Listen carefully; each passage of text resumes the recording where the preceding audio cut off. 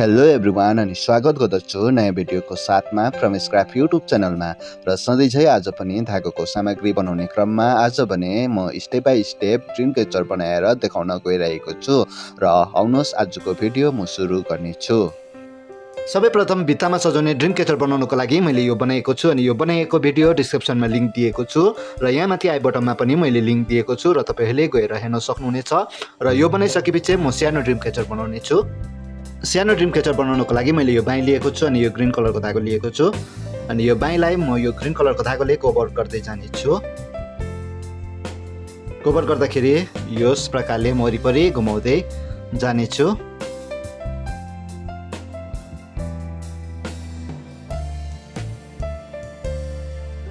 यस प्रकारले यो वरिपरि कभर गर्नेछु।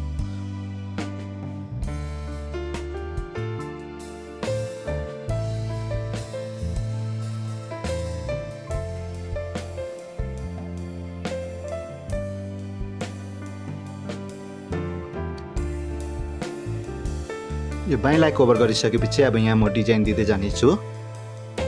डिजाइन दिनको लागि मैले यो सियोमा यो धागो छिराएको छु।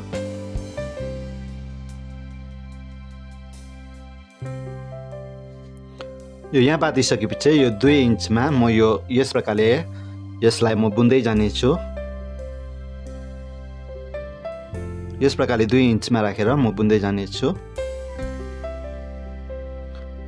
यो धागोलाई यो माथिबाट राखेर यो मुनिबाट छिराउने छु धागोलाई र यस प्रकारले यसलाई टाइट गरेर बुन्दै जानेछु।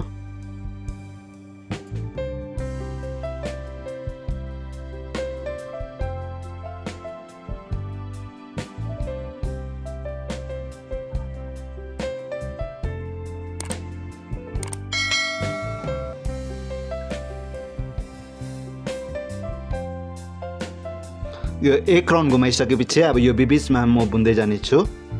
बिचमा बुन्नको लागि मैले यो धागोलाई यस प्रकारले गर्नेछु। यो यहाँ बिच भागमा म यसलाई बाँधेर बुन्दै जानेछु।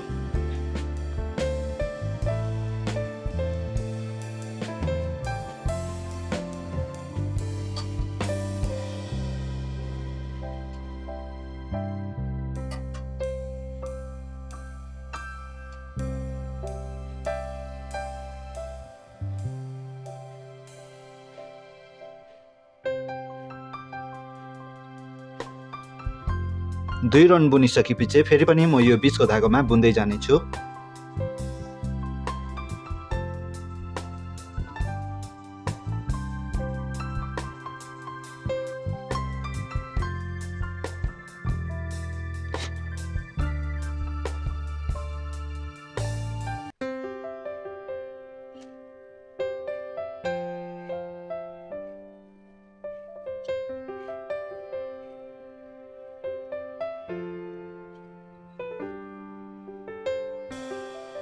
यस प्रकारले यो बनाइसकेपछि यो बीच भागमा म बिड्स लगाउने छु।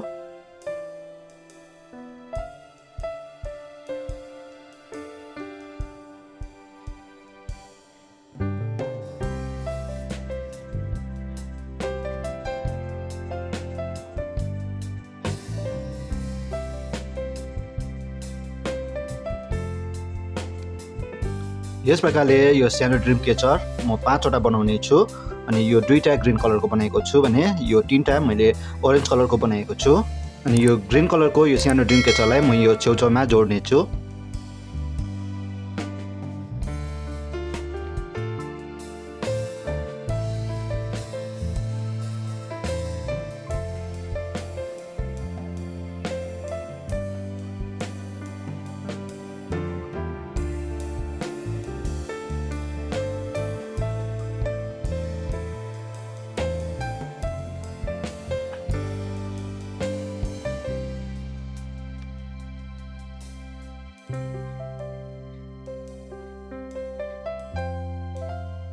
यस प्रकारले यो जोड्ने छु।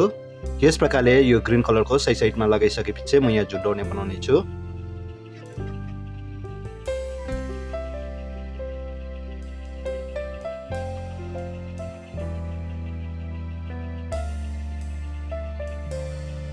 यस प्रकारले यो झुन्डाउने बनाइसकेपछि यो तीनटालाई पनि म यहाँनिर झुन्डाउने छु यस प्रकारले। अनि यहाँ एउटामा झुम्का बनाउने छु। झुम्का बनाउनको लागि यो मैले काठ लिएको छु अनि यो ओरेन्ज कलरको धागो लिएको छु अनि यसमा 100 चोटि वरिपरि घुमाउने छु।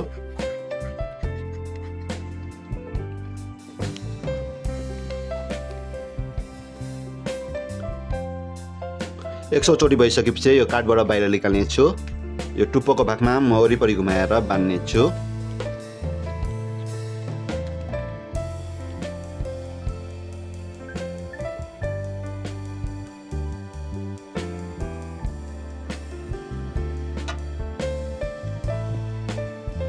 यस प्रकारले यो टुप्पोको भागमा वरिपरि बाँधिसकेपछि यो भागमा कैँचीले काट्ने छु।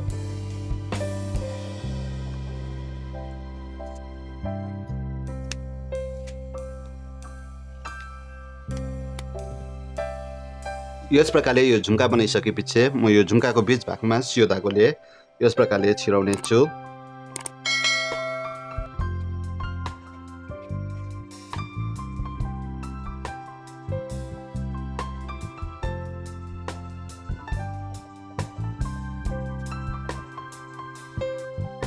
यस प्रकारले यो सियो धागोमा छिराइसकेपछि यो सानो ड्रिम क्याचरमा म झुन्डाउने छु।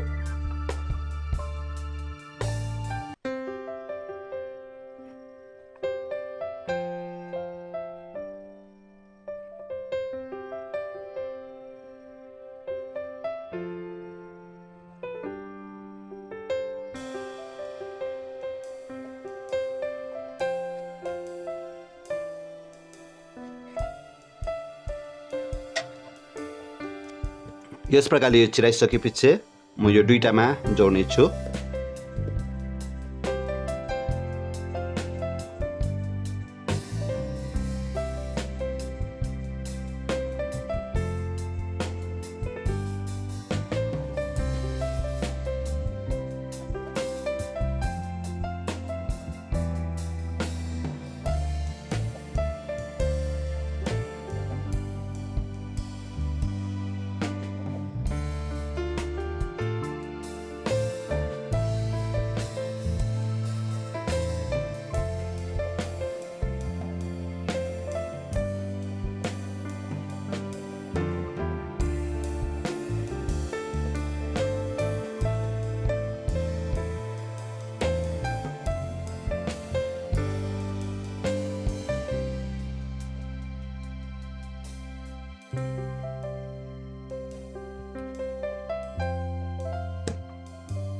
यस प्रकारले यो सानो ड्रिम क्याचर र यो झुम्का यो मुनि झुन्डाइसकेपछि यो साइडमा म धागोको पत्ता बनाएर झुन्डाउने छु।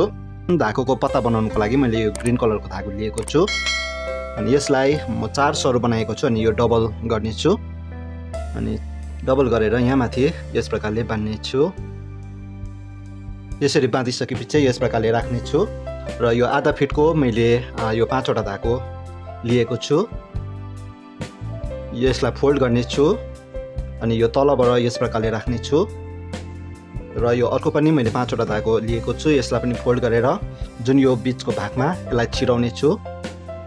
यो छिराइसकेपछि जुन चाहिँ यो भागमा यो दुईटालाई यस प्रकारले छिराउने छु र यो दुईटालाई यस प्रकारले टाइट गर्ने छु र यो माथि सुल्काउने छु।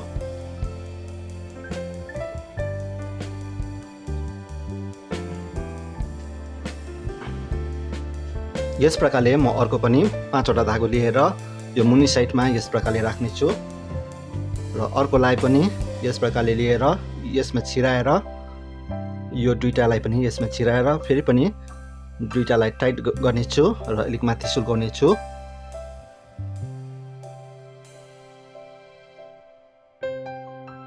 र फेरि पनि यस प्रकारले यो 5 वटा धागोलाई यो मुनि भागमा राख्ने छु र यो 5 वटा धागोलाई फेरि पनि यो भागबाट यसरी छिराउने छु र छिराइसकेपछि यो भागमा यो दुईटा धागोलाई यस प्रकारको धागोलाई यहाँनिर छिराउने छु र यो दुईटालाई टाइट बनाएर अलिक माथि सुल्काउने छु।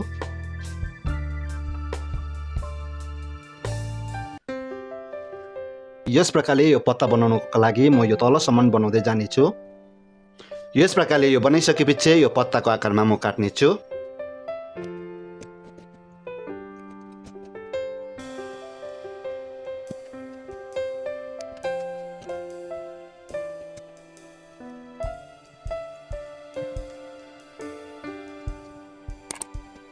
यस प्रकार यो पत्ता बनिसकेको छ। यस प्रकारले म दुईटा पत्ता बनाउने छु र यो दुईटा पत्ता बनाएकोलाई म यो साइडमा झुन्डाउने छु।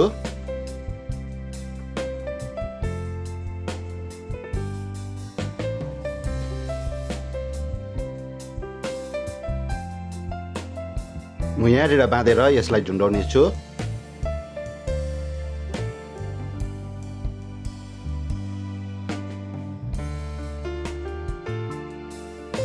यस प्रकारले यो दुई साइडमै झुन्डाइसकेपछि आजको यो भिडियो कम्प्लिट हुनेछ र अर्को नयाँ भिडियो लिएर म चाँडै आउनेछु। तबसम्मको लागि keep smile and take care.